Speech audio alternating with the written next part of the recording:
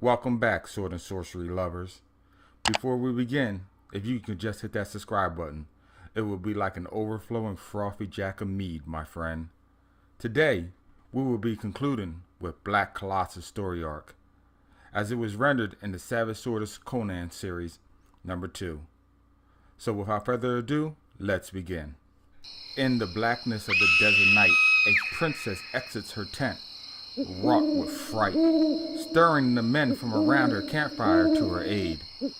Conan placates the woman with comforting words, as he whisks her up and lays her down back in her royal pavilion, sitting by her side until the god Hypnos finds Yasmela once again and puts her under his spell. Minutes pass until Yasmela stirs again. Seeking companionship and warmth, she accompanies her soldiers by the campfire. Fahim the thief enthralled the men with a tale of him entering the ruins of Kusjemis and discovering Shabata's desiccated body lying upon a heap of gold. It was then he saw Nutuk riding a ghoulish camel before dismounting at Set's shrine and entering his tent, while the humped undead beast continued his trek riderless, sprouting hard wings and taking flight into the night. Setting his eyes back on the Tuk's tent, Fahim then saw something that really shook him to the bones.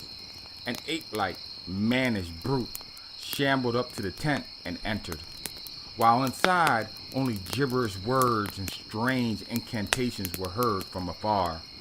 Fahim tells Conan, before Nutuk, the veiled one entered the tent, a slight breeze lifted his veil, and he was able to spy a glimpse of the ancient sorcerer's face. The thief hands a coin to the barbarian, displaying the wizard's face. Yasmela immediately swoons and faints from fright.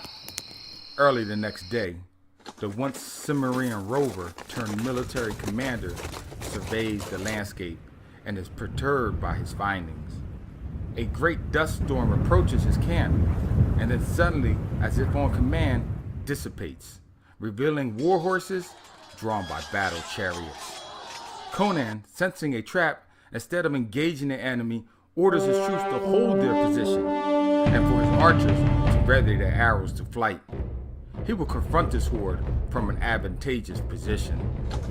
Count Despiades, leader of the knights, challenges the Cimmerian's tactical decision, blaming his lack of judgment on his low birth, as he himself debouches onto the field of battle to meet the enemy head-on. Suddenly, as if out of thin air, a chariot appears, carrying a mysterious rider, dispersing an unknown element onto the field.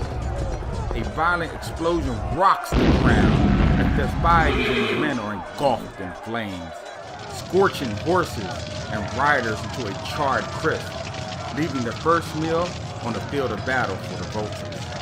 Seizing the advantage of the macabre spectacle, Nutuk takes the fight to the barricaded men in the hills. Conan steals the mettle of his men before engaging the opposing army. The shouting of dying men, the neighing of falling horses, and the clangor of sword on metal is all that can be heard before the Cimmerian is struck from his horse from an unseen mace. Katuman, the Stygian prince, sees Conan half dazed and sprawled on the ground. Quick to seize the opportunity, he seeks to bash the commander's head in, but the warrior recovers just in time to bury his dagger to the hilt in his attacker's lungs. Exhausted, Conan sits up with the blood in his eyes and witnesses Malthun and his lancers converge in a pensive formation on Nutuk's troops, cutting them down easily like wheat before the scythe.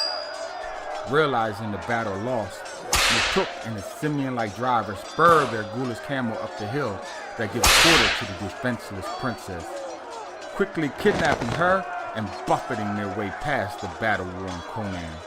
Without heed to caution or thoughts of reinforcement, the barbarian mounts a saddled steed, following his quarry back to his abode. Unceremoniously, the mangy charioteer tosses both wizard and princess to the ground before goading the necrotic camel on, taking the flight once again. Conan, following the Tuk, enters the ivory dome past the remains of the impaled Ophidian guardian and into the treasure vault itself. After laying Yasmelia down on a cubic obsidian altar, Nil took turns to Conan and unravels the tattered bandages from before his face, revealing himself to be Thugbra Kutan, the despot ruler of Kuchemis. Flashes of the face displayed on the coin Fahim showed to him by the campfire come back to Conan, and suddenly a soft chill climbs up the Cimmerian's spine. Kutan, playing Moses, tosses the staff before his intruder. Conan, mesmerized, watches the once rigid form animate into a writhing serpent.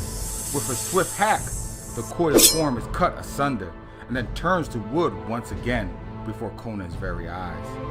The dark sorceress, not done yet, materializes an ebon scorpion in his hands, and then approaches the bronze warrior. Conan, not taking any chances, hurls his sword at the macabre wizard, skewering him through the sternum. Khotan crumbles to the floor as the deadly scorpion stings him repeatedly, desperately trying to escape his dying grasp. Conan rushes to Yasmelia's side, encompassing her in his tightly thewed arms as she pledges her love for him among the smoldering remains of her vanquished tormentor. Okay, Conan lovers, this ends the second part of our two-part Black Colossus story arc. If you like, comment below your thoughts on the video. As always, please like, tap that bell icon, and keep reading, my friends.